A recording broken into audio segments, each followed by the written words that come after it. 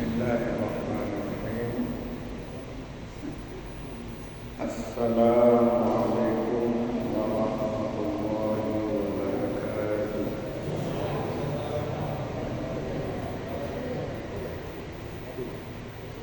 Innal hamdalillah nahmaduhu wa nasta'inuhu wa nastaghfiruh wa na'udzu billahi min shururi anfusina wa min sayyiati a'malina. May yahdihillahu fala mudilla lahu wa may yudlil fala hadiya lahu. Allahumma shalli wa sallim wa barik ala Muhammad wa ala alihi wa ashabihi ajma'in. Allah yang Maha Masjid Baitul Maghfirah yang dimuliakan oleh Allah, kita sungguh beruntung begitu kita lahir di dunia ini, kita sudah berada dalam agama Islam. Dalam hal ini Allah berfirman, Inna dina indallahi Islam. Sesungguhnya agama yang diridhoi di sisi Allah adalah Islam. Dalam ayat yang lain Allah berfirman, wa may yabtaghi ghairal Islam dinan fala yuqbalu minhu. Barang siapa yang mencari agama selain Islam, maka tidak akan diterima oleh Allah. Nabi juga mengatakan, walladzi nafsi Muhammadin biyadihi, demi jiwaku ada di tangan Allah, kata Nabi. La yasma'u bi ahadun min hadhil ummah yahudiyyun wala nasraniyyun thumma yamutu lam yu'min billati ursiltu bihi illa min ahlin nar. Karena kata Nabi, demi jiwaku ada di tangannya, tidaklah seorang pun yang mendengar tentang aku, tentang diutusnya aku, apakah dia orang Yahudi atau orang Nasrani, kemudian mereka mati tidak beriman kepada yang aku bawa, atau dengan kata lain tidak masuk Islam, illa min ahlin nar, sungguh menjadi penghuni neraka. Jadi tidak ada namanya semua agama sama, tidak ada. Dalam keyakinan kita orang Muslim, agama yang diridhoi di sisi Allah satu-satunya adalah Islam. Allah juga berfirman, ya ayyuhalladzina amanu taqullaha haqqa tuqatih wa la tamutunna illa wa antum muslimun. Wahai orang yang beriman, ittaqullaha haqqa tuqatih, bertakwalah kepada Allah dengan sebenar-benar takwa. Wala tamutunna, janganlah kalian mati. Wala yamutunna illa wa antum muslimun, jangan kita mati sebelum kita benar-benar berada dalam agama Islam. Nah, sekarang hamba Allah pada malam ini saya nggak sempat mengambil kitab Mukhtasar Riyadhus Shalihin sebagaimana yang kita biasa bahas, karena saya dari MPBP di Sibrek, yang tempat pelatihan guru itu langsung kemari, makanya agak telat. Kita bahas ini saja malam ini.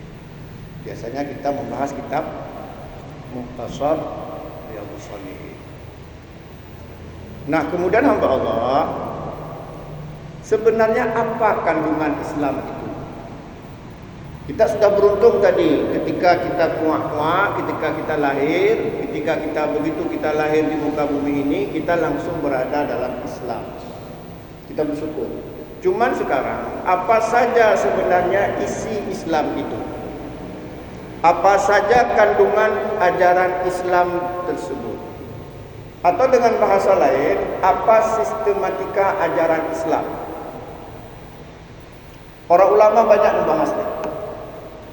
Yang pertama, hamba Allah, ajaran Islam itu disebut dengan akidah. Apa pengertian akidah? Akidah adalah keyakinan dan kepercayaan kita kepada Allah. Keyakinan, keimanan, dan kepercayaan kita kepada Allah. Kenapa akidah ini dianggap pokok ajaran Islam? Karena menyangkut keyakinan kepada Allah.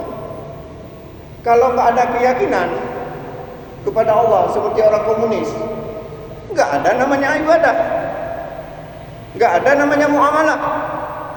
Maka yang pertama adalah akidah, keyakinan, keimanan dan kepercayaan kita kepada Allah. Inti dari akidah disebut dengan tauhid. Ya, saya ulangi, akidah adalah keyakinan, keimanan dan kepercayaan kita kepada Allah. Itu akidah. Inti dari akidah disebut tauhid. Apa arti tauhid? Mengesahkan Allah. Lawan dari tauhid disebut apa? Lawan dari tauhid? Syirik. Arti syirik? Kalau mentigakan Tuhan, mengempatkan, menyekutukan Allah. Kalau kita bilang menduakan Allah, menduakan Tuhan, nanti orang balik tanya kalau mentigakan, mengempatkan. Jadi menduakan Allah itu syirik. Mentigakan Allah juga syirik. Tapi supaya lebih sempurna, orang tidak bertanya lagi, syirik itu adalah menyekutukan Allah atau mensyirikatkan Allah. Jadi inti dari akidah itu apa tadi? Tauhid. Tauhid artinya mengesahkan Allah. Lawan dari tauhid disebut syirik. Syirik artinya menyekutukan Allah. Orang yang mati dalam keadaan bertauhid itu pasti masuk surga. Saya ulangi ya. Orang yang mati dalam keadaan benar-benar mengesahkan Allah pasti masuk surga. Apa dalilnya? Dalilnya diantaranya adalah hadis riwayat Imam Muslim. Qala Rasulullah sallallahu alaihi wasallam, Rasulullah sallallahu alaihi wasallam bersabda, "Man mata min ummati la yusyriku bihi syai'a dakhala jannah." Kata Nabi, "Man mata min ummati," barang siapa yang mati dari umatku, la yusyriku bihi syai'a, dia tidak mensyirikatkan Allah sedikit pun, dakhala jannah, ia pasti masuk surga. Ya. Jadi orang yang mati dalam keadaan bertauhid, tidak mati dalam kesyirikan, pasti masuk surga. Dalam hadis yang lain, tadi hadis diriwayatkan oleh Imam Bukhari, Muslim dan lain-lain. Jadi hadis yang lain juga diriwayatkan oleh Imam Muslim dan lainnya. Nabi bersabda, "Man mata wa huwa ya'lamu annahu la ilaha illallah dakhala jannah."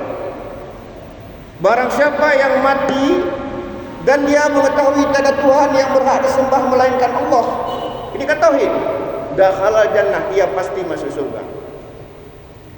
Tapi masuk surganya dengan dua cara.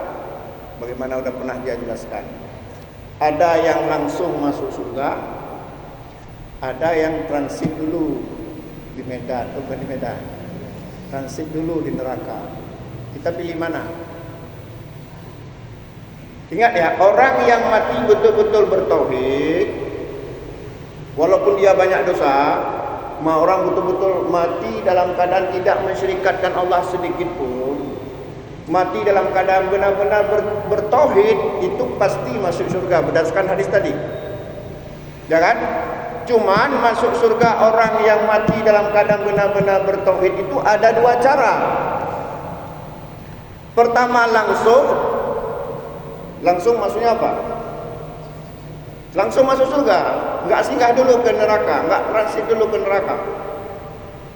Yang kedua, singgah dulu ke neraka. Sudah cukup jera, nanti suatu saat telah habis hukumannya di neraka, di nar, diangkat ke surga. Kenapa seperti itu? Kira-kira apa dalilnya? Jangan-jangan Ustaz tuh ngarang ya, kan gitu. Dahlah, saya akan jelaskan. Tadi kan jelas ya, orang yang mati dalam keadaan bertauhid pasti masuk surga. Jelas saya sebutkan hadisnya tadi, dalilnya.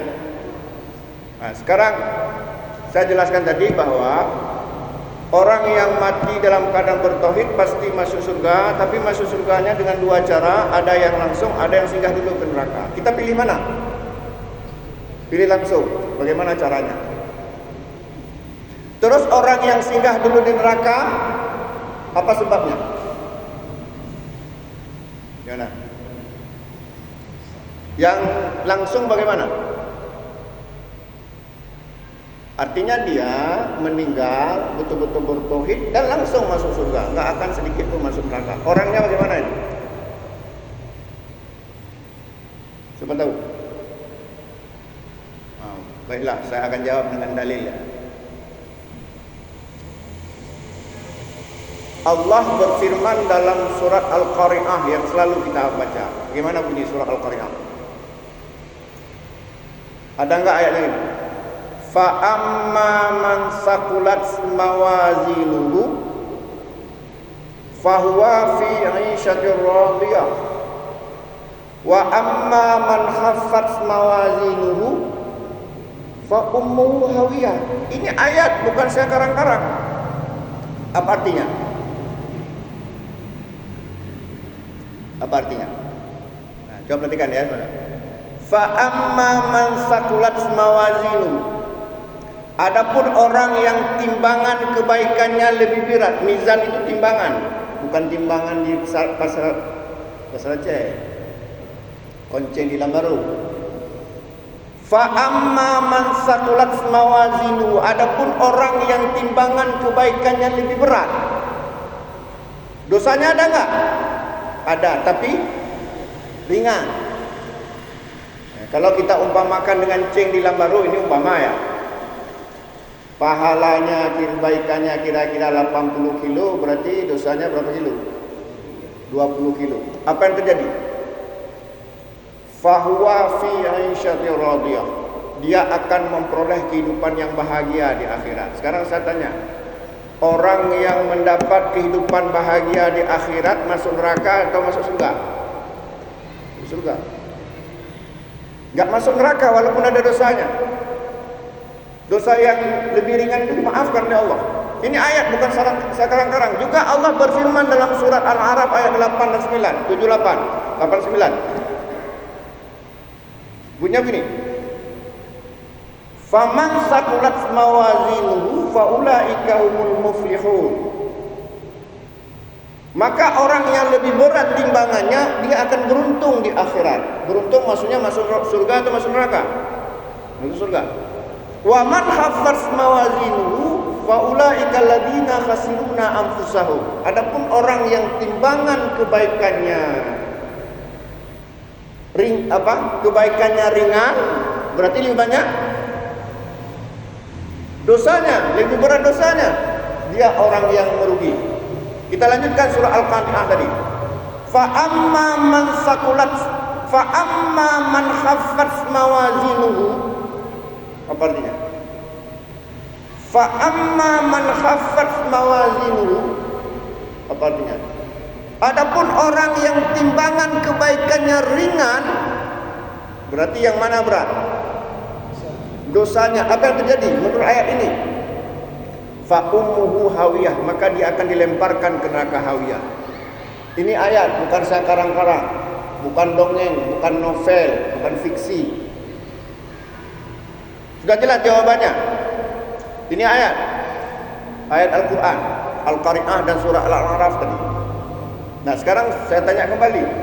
Tadi kita pilih langsung masuk surga. Berarti apa yang harus kita lakukan? Memperbanyak amal. Coba kita timbang dulu diri kita sebelum ditimbang nanti pada yaumul hisab. Kira-kira kita ini termasuk saya, ketika kita bangun tidur, jam berapa bangun tidur pagi? Katakanlah jam 4:30. 4:30 ya. Sampai tidur lagi jam berapa? Bukan 4:30 juga. Jam 12 malam katakanlah begitu. Kira-kira dalam satu hari itu kita lebih banyak dosa atau lebih banyak pahala? Kira-kira? Hah? Lebih banyak dosa atau lebih banyak pahala? Ada yang berani jawab? Sebelum ditimbang oleh Allah, sebelum dihisab oleh Allah di mizan, kita hisab diri kita di muhasabah. Enggak usah kita bilang setahun 2 tahun, satu hari saja, satu hari ini misalnya. Kira-kira kita lebih banyak dosa atau lebih banyak pahala? Gimana? Kalau kita ragu-ragu, merasa lebih banyak dosa, berarti kita pilih transit dulu. Sanggup? Kalau saya menjawabnya, kita insya Allah pasti lebih banyak pahala. Kenapa? Kenapa? Kalau saya menjawab, kalau bapak-bapak tanya ke saya yakin insya Allah kita lebih berat pahala. Kenapa? Karena ada hadis seperti ini. Hadis ini sahih. Hadis qudsi. Ya, hadis ini begini bunyinya. Coba perhatikan, betul enggak? Ternyata pahala kebaikan kita lebih berat. Qala Rasulullah sallallahu alaihi wasallam, Rasulullah sallallahu alaihi wasallam bersabda. Qala Allah Ta'ala, Allah berfirman. Ya, jadi dalam hadis ini ada firman Allah, disebut hadis qudsi. Allah berfirman kepada malaikat pencatat amal. Siapa namanya? Raqibun Atidun. Firman Allah kepada dua malaikat ini, idza arada abdi ay ya'mala sayyi'atan fala taktubuha hatta ya'malaha. Apa artinya? Kata Allah kepada malaikat pencatat ini, jika hambaku berniat berbuat jahat, jangan kamu catat dulu sebagai satu dosa. Jangan kamu catat dulu, kecuali dia mengamalkannya. Jadi kalau kita berniat jahat, kata Allah kepada malaikat pencatat, jangan catat dulu, kecuali mengerjakannya. Faida amilaha, apabila mengerjakannya, niat jahat kemudian diwujudkan dalam bentuk perbuatan, maka Allah berfirman, faktubuha bimithliha, faktubuha lahu bimithliha, maka catatlah baginya satu dosa seperti perbuatan jahatnya. Satu dosa. Saya ulangi, menurut hadis ini, berniat jahat dicatat enggak sebagai dosa? Tidak. Baru dicatat sebagai dosa apabila kita melakukannya. Kemudian Allah melanjutkan dalam hadis ini, fa idza taraka min ajli faktubuha lahu hasanatan. Jika hambaku yang tadi berniat jahat kemudian enggak jadi berbuat jahat karena takut kepada Allah, faktubuha hasanatan, makalah catatlah satu pahala. Jangan. Berniat jahat tidak dicatat, baru dicatat apabila melakukannya, itu satu dosa. Apabila enggak jadi melakukannya, malah dapat satu pahala.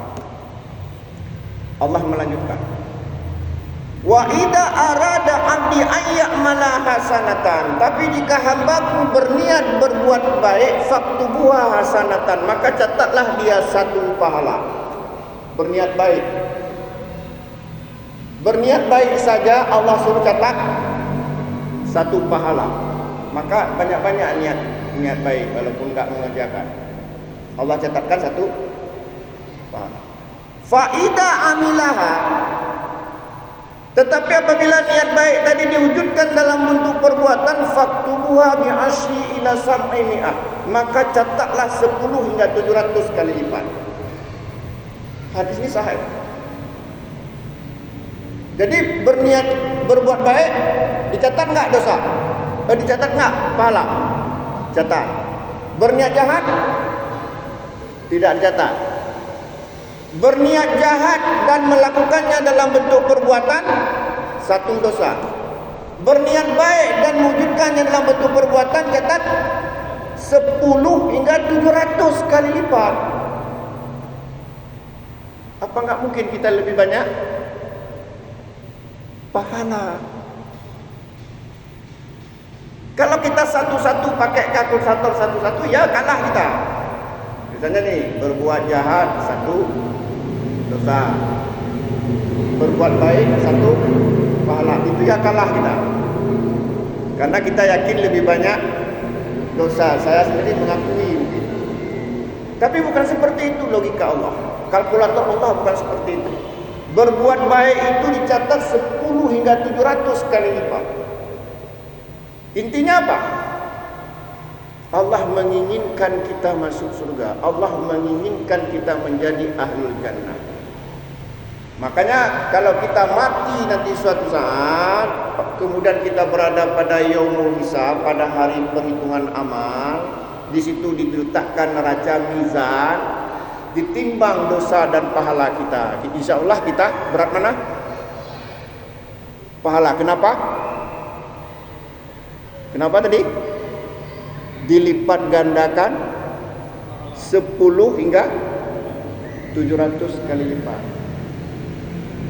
Maka sebenarnya kita ini insyaallah ahlul jannah. Cuma satu yang harus kita jaga, jangan sampai mati dalam kesyirikan. Karena kalau kita mati dalam kesyirikan, Allah berfirman dalam surat Al-An'am ayat 88, walau asyraku lahabita anhum ma kanu ya'malun.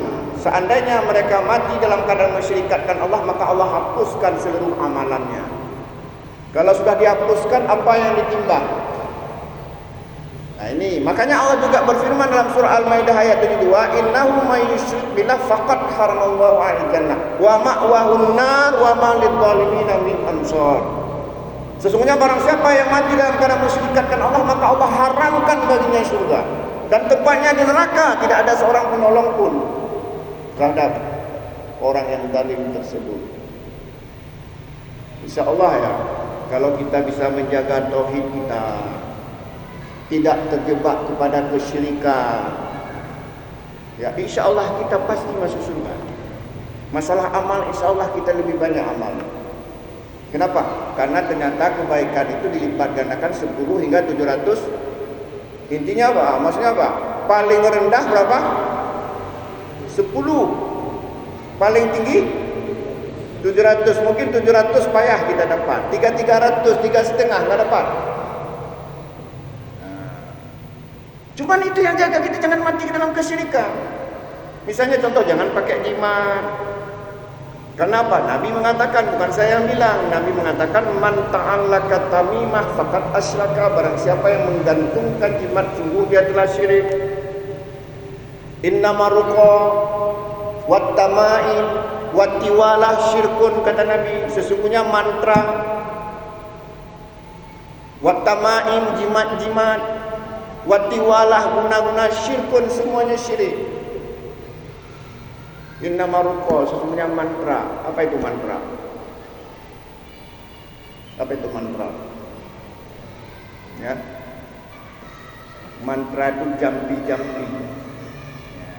Jadi kalau kita pergi ke dukun, nanti dukun membaca mantra untuk berhubungan dengan setan. Kadang-kadang pakai punya mambang langit, mambang gunung, wah gila. Kemudian dia kemasukannya, itu mantra. Kata Nabi tadi apa? Innama ruqa, sesungguhnya mantra. Wat tama'in, jimat-jimat, wat tiwalah, guna-guna syirkun, semuanya syirik. Jadi mantra itu diucapkan oleh siapa? Oleh dukun. Makanya kenapa Nabi melarang kita pergi ke dukun. Kata Nabi begini, man ata arafan, barang siapa yang pergi ke tukang araf, atau kahinan atau kahin. Nah, araf, kahin itu istilah dukun di masa Rasulullah dan para sahabat. Man ata arafan atau kahinan, barang siapa yang pergi ke tukang araf atau kahin, fasa'alahu an syai'in, menanyakan sesuatu padanya, fasaddaqahu bima yaqulu, membenarkan apa kata dukun tersebut, faqad kafara bima unzila ala Muhammad, sungguh telah dianggap kufur terhadap apa yang diturunkan kepada Nabi Muhammad. Dalam riwayat yang lain Nabi mengatakan, man ata arafan fasa'alahu an syai'in la yuqbalu salatan arba'ina yawman, barang siapa yang pergi ke dukun menanyakan sesuatu pada dukun tersebut, tidak diterima salat kita 40 hari. Ini kita sikit-sikit ke dukun, sakit sikit ke dukun, ada barang hilang ke dukun, mau jadi anggota dewan ke dukun, mau dapat jabatan ke dukun. Hati-hati. Nah, kalau seperti ini, walaupun amalan kita tadi banyak, tapi ternyata kita masuk neraka. Makanya Nabi mengatakan dalam satu hadisnya yang sahih, diriwayatkan oleh Imam Muslim dan lainnya. Kata Nabi begini, inna rajula, sesungguhnya ada seorang laki-laki, la ya'malu amalan min ahli jannah fima yubdulin nas, dia beramal dengan amalan penduduk surga sebagaimana dilihat oleh orang lain. Tapi kata Nabi, wa huwa min ahlin nar, sesungguhnya dia penghuni neraka. Kenapa? Padahal dilihat oleh orang lain dia ulianya, malaikat, amalannya luar biasa, dan betul memang. Kita tanya kepada siapapun mengatakan dia apa? Dia penghuni surga. Tapi kata Nabi apa? Wa huwa min ahlin nar, sesungguhnya dia penghuni neraka. Kenapa? Karena diam-diam ternyata dia terjebak kepada kesyirikan, mati dalam keadaan menyekutukan Allah. Enggak ada orang yang tahu kecuali dia dengan Allah. Maka berlakulah ayat tadi Al-An'am 88. Allah berfirman, walau asyraku la habita anhum ma kanu ya'malun, seandainya mereka mati dalam keadaan mensyirikatkan Allah, maka Allah hapuskan seluruh amalannya. Padahal amalannya tadi banyak sekali, sehingga semua orang bilang dia pasti masuk surga. Ternyata habis semuanya. Hati-hati. Nah, makanya kalau ada dibilang jangan itu syirik, hindari. Kadang-kadang syirik itu sangat halus. Sampai Nabi mengatakan ya, ada syirik yang sangat halus seperti riya, sum'ah dan lainnya. Kata Nabi apa? Kadabibil namli, seperti jejak semut, ala safati saudaa, di atas batu hitam, fi dulumatil laili, di malam hitam. Nampak enggak? Enggak nampak. Makanya kadang-kadang orang yang berilmu tahu itu syirik. Kadang-kadang kita bantah, "Pak Ustaz tuh sikit-sikit syirik, sikit-sikit syirik." Kan masalah sikit-sikit tak tuh entah suka kali makan kuciri, baju ciri. Bukan itu masalahnya. Ini membinasakan kita. Membinasakan kita. Walau asyrakulah habita anhum ma kanu ya'malun, seandainya mereka mati dalam keadaan mensyirikatkan Allah, maka Allah hapuskan seluruh amalan. Nah, jadi saya ulangi lagi bahwa inti dari akidah tadi apa? Tauhid. Lawan dari tauhid syirik. Orang yang mati dalam bertauhid pasti masuk surga, walaupun masuk surganya dengan dua cara, ada yang langsung, ada yang singgah dulu. Sementara orang yang mati dalam kesyirikan, mereka kekal selama-lamanya di neraka. Innal ladzina kafaru min ahlil kitabi wal musyrikina fi nari jahannam khalidina fiha. Sesungguhnya orang-orang kafir dari kalangan ahli kitab, maksudnya orang Yahudi dan Nasrani, dan orang-orang musyrik, tempatnya di neraka jahanam, mereka kekal di dalamnya. Kemudian terakhir saya jelaskan, karena dia sudah mengatakan, penjabaran dari akidah itu disebut rukun iman. Nah, jadi inti dari akidah tadi tauhid, lawan dari tauhid itu syirik, penjabaran dari akidah disebut rukun iman. Nah, kemudian Nabi mengatakan al-iman tu'minu billah, beriman kepada Allah, wa malaikatihi, beriman kepada malaikat-malaikatnya, wa kutubihi, kepada kitab-kitabnya, kitab wahyu ya, wa rusulihi, rasul-rasulnya, wal yaumil akhir, hari akhir, wa tu'minu bil qadri khairihi wa syarrihi, dan beriman kepada takdir, apakah takdir baik maupun takdir. Ada yang mau bertanya, silakan. Udah azan belum? Belum. Ada yang mau bertanya?